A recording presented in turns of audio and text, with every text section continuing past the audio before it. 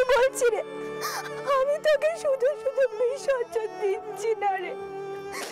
আমি তো চাই তুই তুই ফিরে আয়, সুস্থ দে, ফিরে আয়, তুই ফিরে আয়।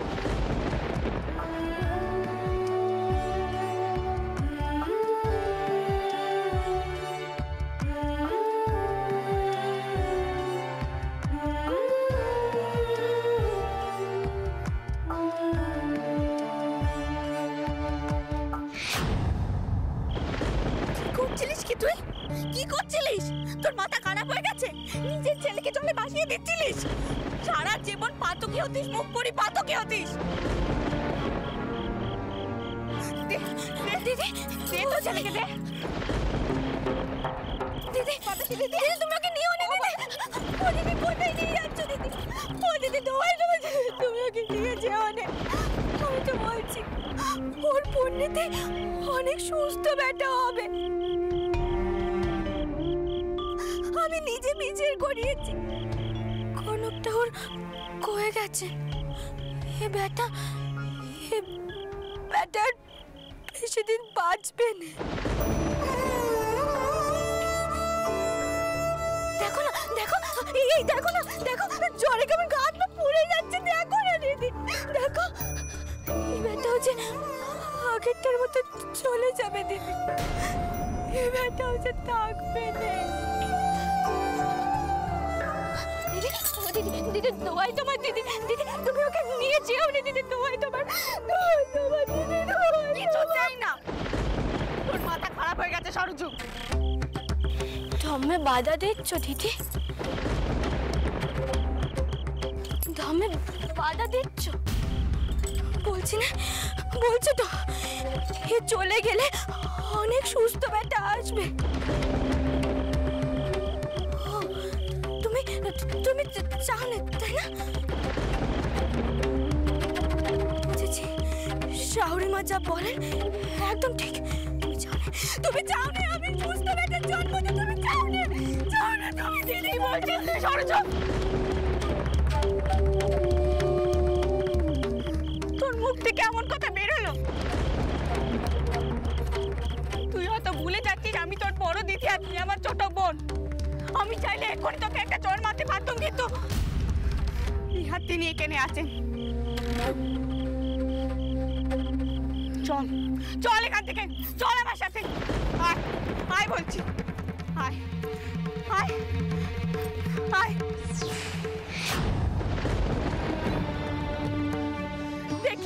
দেখলেন আপনি ও কি করতে যাচ্ছিল? ওর বেটাকে জলে ভাসিয়ে দিচ্ছিল। জ্যোতিষী বলেছে নাকি ওর বেটার আয়ু কম, সুস্থ বেটার জন্য ওর ছেলেকে ভাসিয়ে দিচ্ছিল। কি রে, তুই এমন পাশানি কি করে হস? কি করে হস এমন পাশানি? এমন কেউ করতে পারে সরজু? কেউ করতে পারে?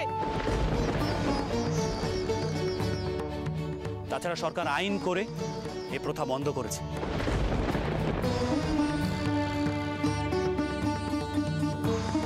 কিন্তু ওই জ্যোতিষী যদি এই উপদেশ দেয় তাহলে তাকেও শাস্তি পেতে হবে। ও কি বলে জানেন? আমি নাকি ওর দম্ভ কাছে বাধা দিচ্ছি।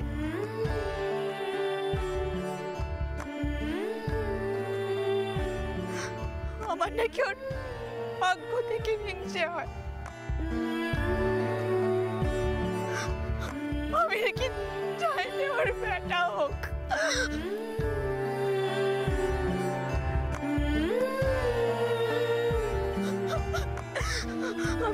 আমি আর কিচ্ছুটি শুনতে চাইনি। আপনি ওকে সাজা দিন, ওকে শাস্তি দিন, আপনি শাস্তি দিন।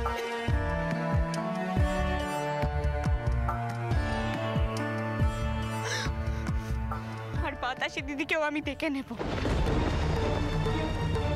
ওঠ ওঠ সরজু, ওঠ। আজ যদি তোর বোনটাও তোকে সাজা না দেয় আমি তার পেটে চাল তুলে নেব। দিদি, ও দিদি, তুমি আমায় মাফ করে দাও দিদি।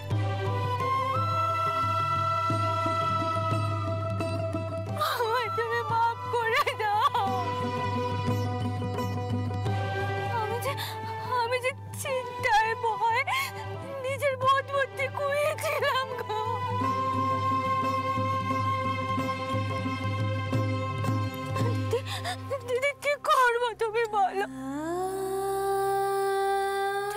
শাওরি মায়ের কথা যে আমার সব সময় কানে আসছে।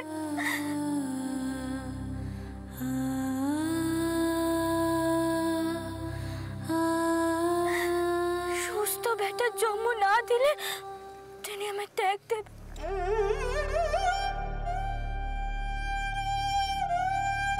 তাদের মুখ কানা যে আমার সব সময় চোখে ভাসছে দিদি।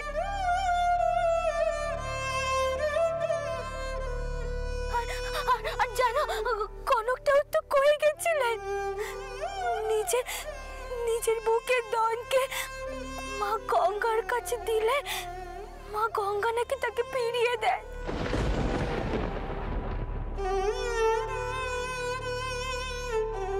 আর সুস্থ বেটাও নাকি হয়। এই জন্যে তুই তো ছেলেকে গঙ্গা জলে বিসর্জন দিচ্ছিলি সরজু? হ্যাঁ দিচ্ছিল।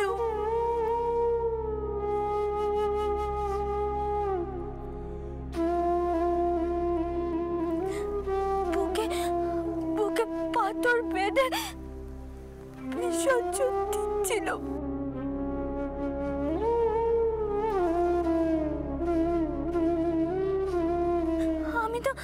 আমি তো পেটম এ কাজ করছি না দিদি।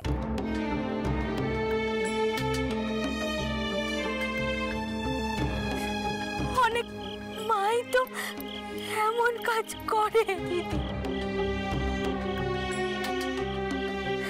অনেক মা করে। তুমি ঠিক বলেছ। এই প্রথা মানতে গিয়ে আমাদের দেশের কত শত হতভাগ্য মাকে লুকিয়ে এই কাজ করতে হচ্ছে।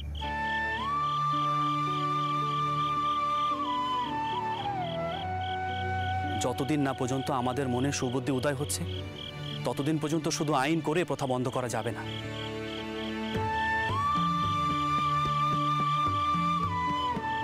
লুকিয়ে লুকিয়ে এই বিসর্জন চলতেই থাকবে। রানী, তুমি শুধু সরজুর দোষটা দেখো না। তুমি তো জানো আমাদের দেশে কত কুসংস্কার, কত অন্ধবিশ্বাস। তাছাড়া কত মানুষ ধর্মকে ভুলভাবে ব্যাখ্যা করে বলেই কিছু মানুষ এমন ভুল করতে বাধ্য হয়। রানী, সরজু বউকে তোল, চলো এখান থেকে। আমি নিষেধ করেছিলাম বৌরানী, সত্যি বলছি, শুনলো না কথা।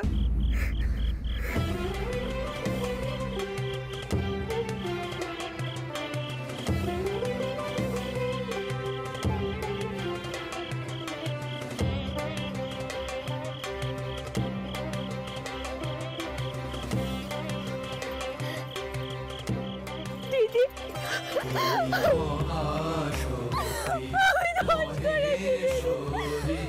বিজয় লক্ষ্মী যুগে যুগে আলোক রূপিণী পরমা প্রকৃতি বন্দিত মায় বহু রূপে। সাজা তো দিতেই হবে রানী, কিন্তু যে দোষ করেনি তাকে সাজা দিলে চলবে না। যারা আসল দোষী, যারা সরজু বউকে দিয়ে কাজ করতে বাধ্য করেছে, তাদেরকে সাজা দিতেই হবে। সর্দার, হুকুম করুন ছোট কর্তা। তুমি এক্ষুনি বাড়িতে যাও, গোপনে একটা পালকি আনার ব্যবস্থা করো। দেখো কেউ যেন জানতে না পারে। জি আগে ছোট কর্তা। তো আপনি কোথায় যাবেন? দেখছেন তো এখনো ওর শরীর ঠিক হয়নি, আতর কাটেনি। রানী, সরজু বউ আর জানবাজারের বাড়িতে আতুর কাটাতে পারবে না। আমরা অন্যত্র যাব।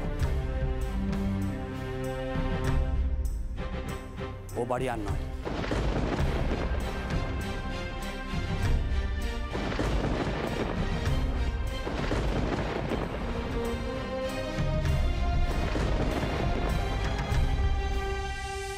কোথায় যাবেন? কোথায়?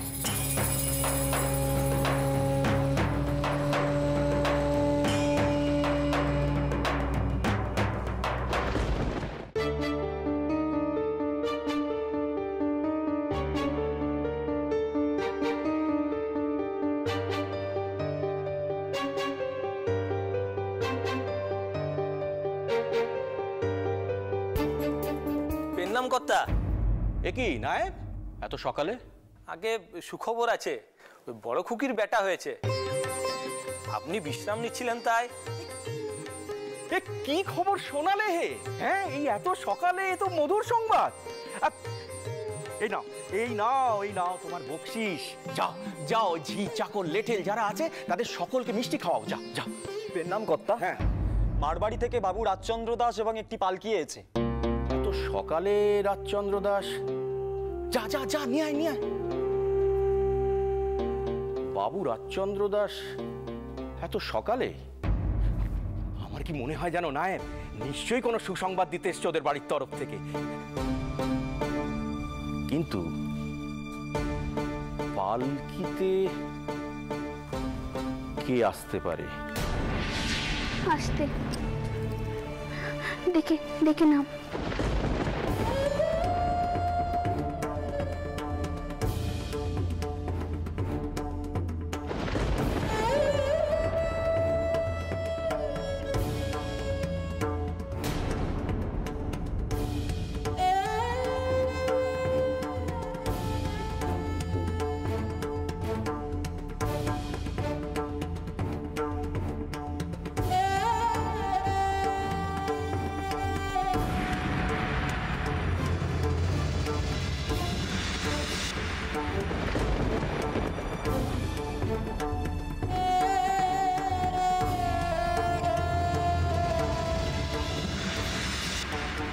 এ কি বড় খুকি, তুই? তাহলে মশাই, আমি আপনার সব প্রশ্নের উত্তর পরে দিচ্ছি।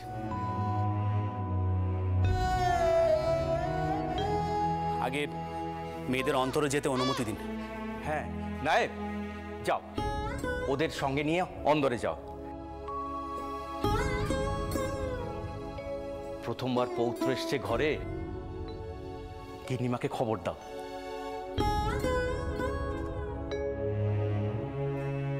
এই কি আমার আর এক মেয়ে?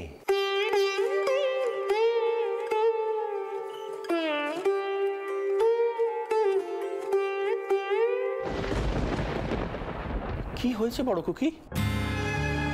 কি হয়েছে মা? আপনারা ভেতর আসুন, গিন্নিমা ডাকছেন।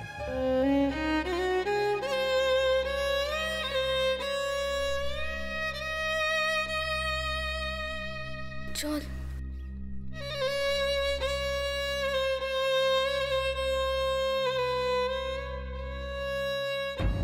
তাহলে মশাই, আমরা যে এখানে এসেছিলাম সেটা যেন কেউ না জানে, আর আপনিও গোপন রাখবেন।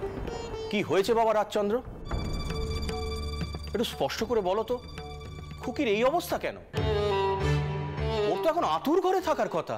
তাহলে মশাই, যার জন্য আপনার মেয়ের এই অবস্থা, আমি তাকে শিক্ষা দিতেই ওদের এ বাড়িতে এনেছি।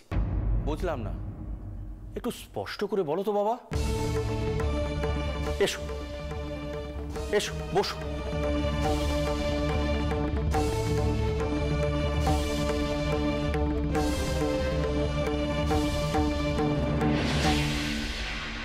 তাহলে মশাই, বলছিলাম, আমি বড় নিরুপায় হয়ে আপনার মেয়েকে আপনাদের বাড়িতে নিয়ে এসেছি। আসলে ও চেয়েছিল ওর পুত্র সন্তানকে গঙ্গা জলে বিসর্জন দিতে। আপনি তো জানেন তাই মশাই, আমাদের এই সমাজে কত অন্ধবিশ্বাস আর কুসংস্কার। কিন্তু তাই মশাই, আমি একেবারে নিরুপায় হয়ে গিয়েছিলাম। রানী রাত্রিবেলা হঠাৎ করে দেখলো যে আপনার মেয়ে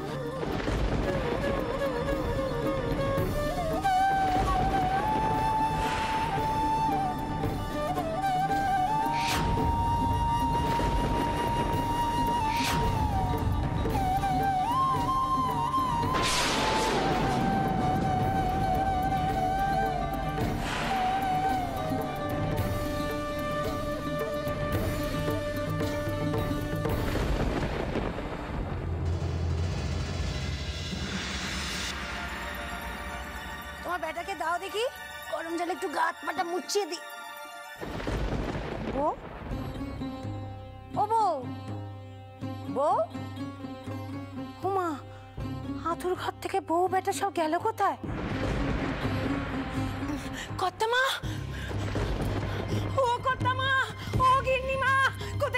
শিগগির এসো না গো ছোট মা গো, সর্বনাশ হয়ে গেছে গো, সর্বনাশ। কি হয়েছে, কি চিল্লাচ্ছিস কেন?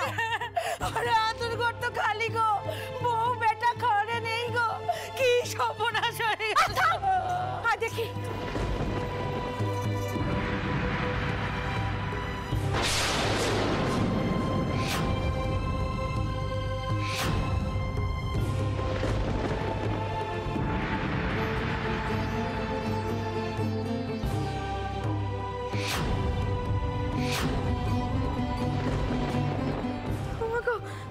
সত্যি তো, কোথায় গেল ওরা? আমি দেখছি। সকালে অত চেঁচামেচি করছি, কিছু তো বুঝতে পারছি না বড় কিনে। চলো একবার দেখি গিয়ে, চলো দেখি। তুই যখন ঘরে ঢুকলি, ছোট বউ কি হয়েছে বল দেখিনি? সুবল এত চেঁচামেচি করছে কেন? হবিস মা, বৌমা নাতিকে পাচ্ছি না। কি কথা? এখনো আতুর ঘর কাটেনি, বেটাকে নিয়ে ঘর ছেড়ে কোথায় গেল? আমি কিচ্ছু বুঝতে পারছি না, আমার কি সর্বনাশ। এ কেমন কথা বড় কিনি? একটা জল জ্যান্ত মানুষ বেটা নিয়ে বেরিয়ে যাবে আর বাড়ির কারো চোখে পড়বে না? আমি কি কইব, আমার মাথাটা কাজ করছে না, মাথা কাজ করছে না। হবো চন্দ্রের বউ কোথায়, তাকে জিজ্ঞেস কর, সে জানে কি না। বাইরে শুনলাম লোকজন বলা বলি করছে ঠাকুরপো আর বউ নাকি রেত থাকতে বেরিয়েছে, এখনো ফেরেনি। সে কি কথা? আমার বউ ওদের সঙ্গে ছিল নাকি?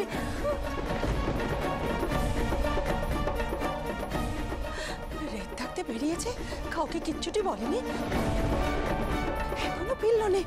যত আয় দেখিনি, চল চল চল চল চল।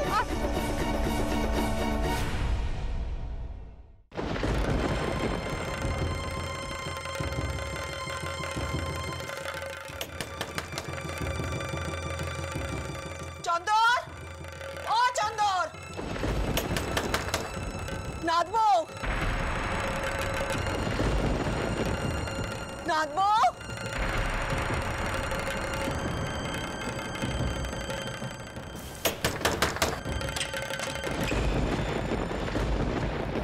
কি হয়েছে ফুলটাকুমা, এভাবে ডাকাডাকি করছো কেন? ও তোরা ঘরেই ছিলি?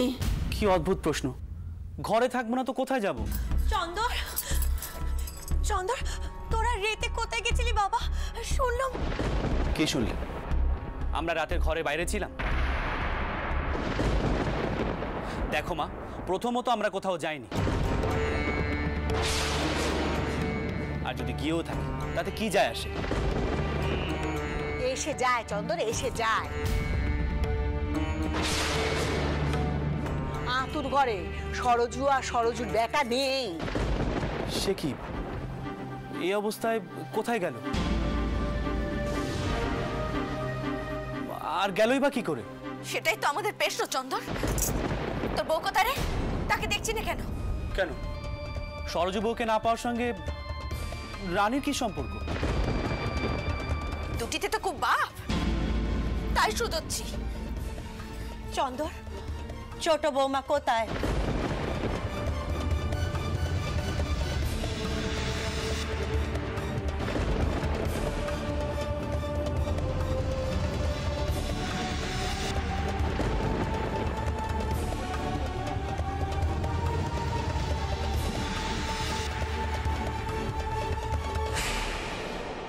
নিশ্চয়ই হেসেলে গেছে। আমাকে তো বলে গেল মেয়ের জন্য দুধ গরম করতে যাচ্ছে, গিয়ে দেখো হয়তো সেখানেই আছে। বেশ, তবে আমি হেসেলেই যাচ্ছি,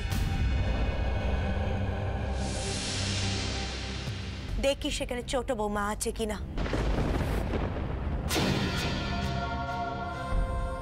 আমি তাকে পরীক্ষা করতে যাচ্ছি না বাবা, তবে তাকে শুধবো সে এই বিষয়ে কিছু জানে কিনা। মা, তুমি আমার সঙ্গে এসো। হ্যাঁ হ্যাঁ চল দেখি একবার, হেসেলে চল চল।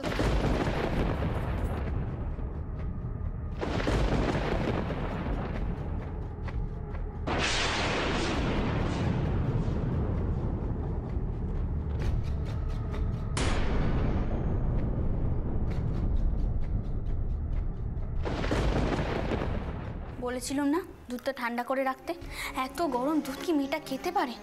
এইদিকে মেয়েটা খিদের জ্বালায় কাঁদছে। একটু নাড়াচাড়া করে নাও বৌরানী, দুধ জুড়িয়ে যাবে।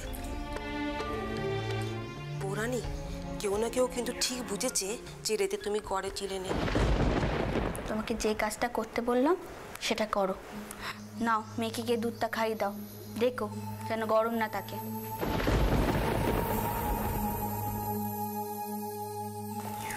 আর শোনো, আমি মিছে কথা কইনি, কিন্তু তিনি আমাকে যে কারণে মিছে কথা কইতে বলেছে সেই কারণে প্রয়োজনে আমি আরও 10 বার মিছে কথা কইতে রাজি আছি। কিছু ভালোর জন্য যদি মিছে কথা কইতেই হয় তবে তাতে দোষ হয়নি। এমনিতেও ঠাউরবো যা দশা করেছিল সরজুর, তার জন্যই সরজু এমন কাজ করতে বাধ্য হয়েছে। এর একটা বিহিত দরকার।